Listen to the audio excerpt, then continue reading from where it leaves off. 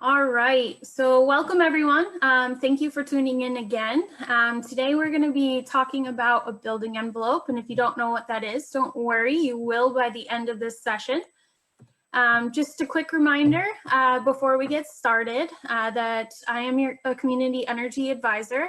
I serve Jefferson and Lewis counties, but we have community energy advisors all across New York State. And as part of our North Country team, we also have Jennifer Perry, who serves Clinton, Essex, and Hamilton counties, and Nick Hamilton Honey, who serves St. Lawrence and Franklin counties. And so if you have any questions that arise while we go through the webinars, or maybe you just have an energy related question in general, you can always reach out to us on the contact information that you see displayed here on the screen. And we can kind of guide you and help you through any of your energy related questions, whether it be about solar, renewable energy, or maybe you want a home energy audit. And so quickly, what we have done previously on Pathways to Energy Efficiency is we've covered a couple different programs that can help you get a free energy audit and energy efficiency upgrades for your home.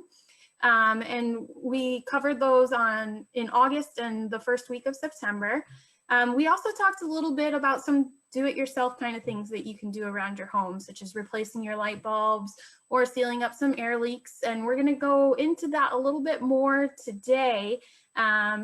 We also talked about net zero. We're going to revisit that topic a little bit more at the end of our presentation today, and reading your utility bill. So if any of these topics interest you and you missed it and you want to check them out, you can always scroll down into our Facebook page. And all of the videos are recorded and kept on our Facebook page so that you can reference them at any time. So please feel free to check them out, especially if this is your first time joining us.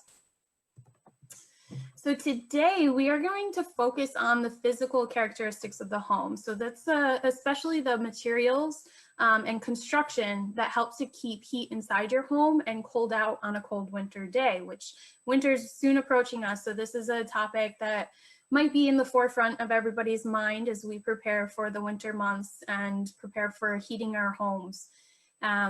So in the past, we've talked a little bit about do-it-yourself techniques, and a lot of those techniques were things that you could do to kind of help reduce your energy costs, but they were more about focused around your habits. So turning off the lights and turning down the heat.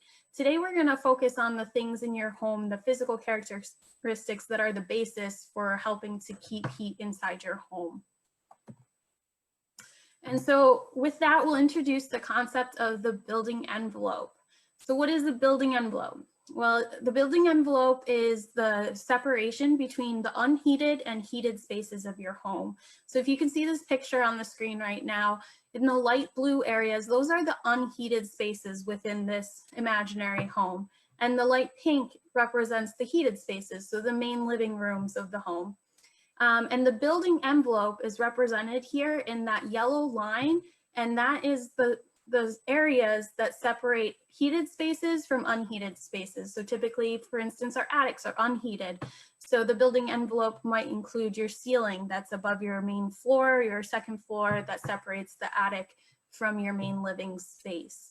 It's often also referred to as a thermal boundary, and the building envelope is the most important factor that affects the space heating in buildings. And so we're going to delve into a little bit of what makes up our building envelope.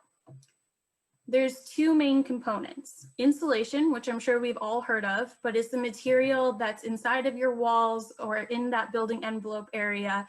And it's designed to reduce heat loss by creating a barrier between the inside heated spaces of your home and the outside unheated spaces of your home. Typically, how well an insulator works, a type of insulation works, is denoted by an R value. And this is the R value, the higher it is, the better it is at insulating your home. But I'd like to compare insulation to an analogy that we can all connect to. And that's to wearing a wool sweater on a winter day. So if it's really cold outside, typically put on a wool sweater, and that kind of holds your body heat into your body and keeps you nice and warm. However, wool sweaters, they have a lot of holes in them, so they're very airy. And if it's windy outside and the wind is blowing, then typically that air is penetrating those holes, the loose fibers in that wool sweater, and you can still be pretty cold even though you have the wool sweater on. And so that brings us to our second component of the building envelope, and that's the air barrier. And we can compare this to a windbreaker. So layering a windbreaker over your wool sweater, it blocks all that wind and it keeps you even warmer because you're not having all that air penetrating your sweater and removing your body heat. And so to create an air barrier in your home, you do this by sealing up any leaks or such as around your windows and doors. And that's doing the exact same thing as that windbreaker is doing for your body. It's blocking the wind and air movement from penetrating inside your home. So important thing to note is that the order of which you put insulation in your air barrier in your home is very important. So if we put a windbreaker on and then a wool sweater over it, it wouldn't work as well. Say it's raining like it is here for me today. Your wool sweater is going to get wet. That's going to make you really cold. And it's also important to have both. If you don't have an air barrier and insulation, then your building envelope is not going to be very efficient for you. Okay, so which areas of the home do we need insulation and air barriers? That's going to be right there in that building envelope, those spaces that are between our unheated and heated spaces in our home. So between your attic maybe and your second floor house, or if you have an unheated basement, you might need insulation in between your basement and your main floor of your home. And so here's a really good image that kind of can show us. This is a thermal camera that has taken a picture of this home, and you can actually see where they have insulation in their home based on this picture. So if you notice this middle area in the second floor here is showing blue and yellow, which are typically they're representing cooler spaces, where upstairs here in the attic, you're seeing that red. And that's because the insulation in this home is mostly in these areas that you're not seeing that red, where the attic is going to be an unheated space. So you shouldn't be able to see the heat from heating your home on the outside of your home if it's well insulated, because you're going to be keeping that heat inside. So why is the building envelope important? Well, first of all, it affects your heating and cooling costs. So the more insulated, the more airtight your home is, the less energy that you're going to be using to heat up your home, because all that energy that you put into heating your home is staying in your home and you're not losing it to the outside, which is a big energy drain. And essentially, you know, like when I was a kid, my mom would always tell me, leave the door open, I'm not paying, or close the door, I'm not paying to heat the outside. That's exactly that concept. Like, you don't want to be paying to heat areas outside of your home. You want to keep your heat inside your home where you're using it. It increases your comfort level. So if you have a well-insulated and well-sealed home, then the heat from your furnace in the summer, in the winter, is going to stay inside your home.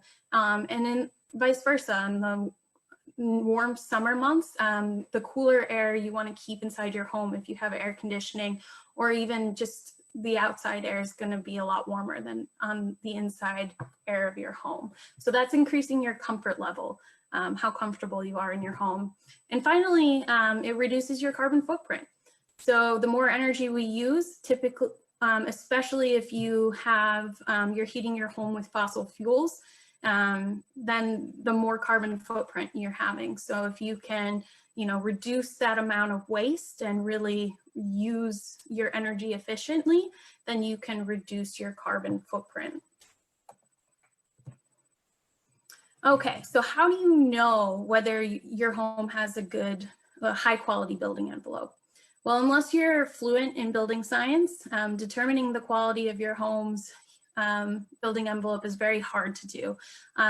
if you have thermal and X-ray vision, which we do not, that's how you're really gonna see whether you have a good building envelope. So if you remember back to that a couple slides ago where we had the thermal image of the home, you know, contractors that can come out to your home and do an energy audit, they have thermal cameras that they can look at spaces in your home that might be hot or cool, and they're gonna look in basically with X-ray vision inside your walls and see areas where maybe you have a lot of insulation and it's really well insulated and airtight, and other areas that maybe are less so. So you're going to see differences using that thermal camera.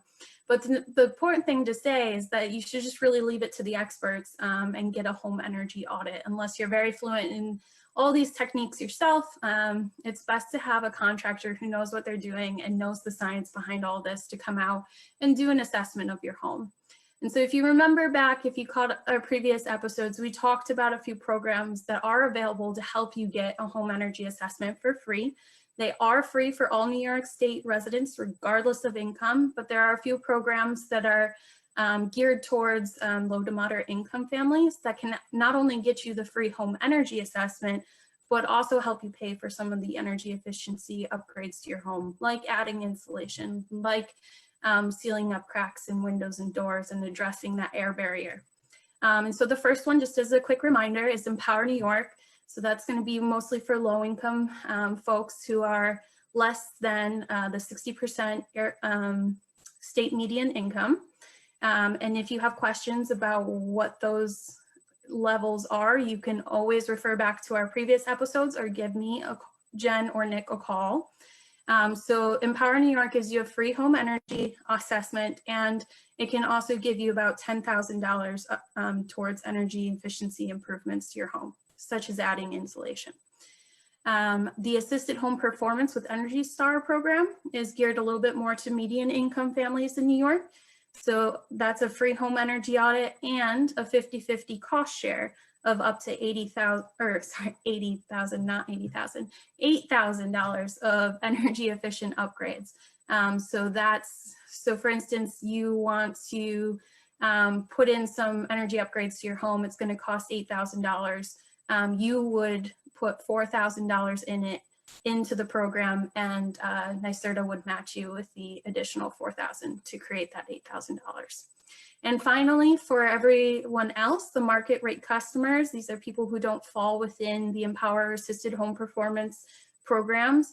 This is called the Residential Energy Audit Program, and it is a free home energy audit. So it's just a place for you to start to look at your building envelope, to look at the efficiency of your home, and give you a place to know what areas in my home might I need to address to become more comfortable, more efficient. And so all of the programs are performed by certified NYSERDA contractors. They are well trained, and they are all currently following Department of Health guidelines in respect to COVID-19. So they know what to do and how to carry out the energy audit that'll keep you and your family safe during these times. And so lastly, if we're going back to that concept of a net zero home, just a reminder, a net zero energy building is a building that produces enough renewable energy to meet its own annual energy consumption requirements.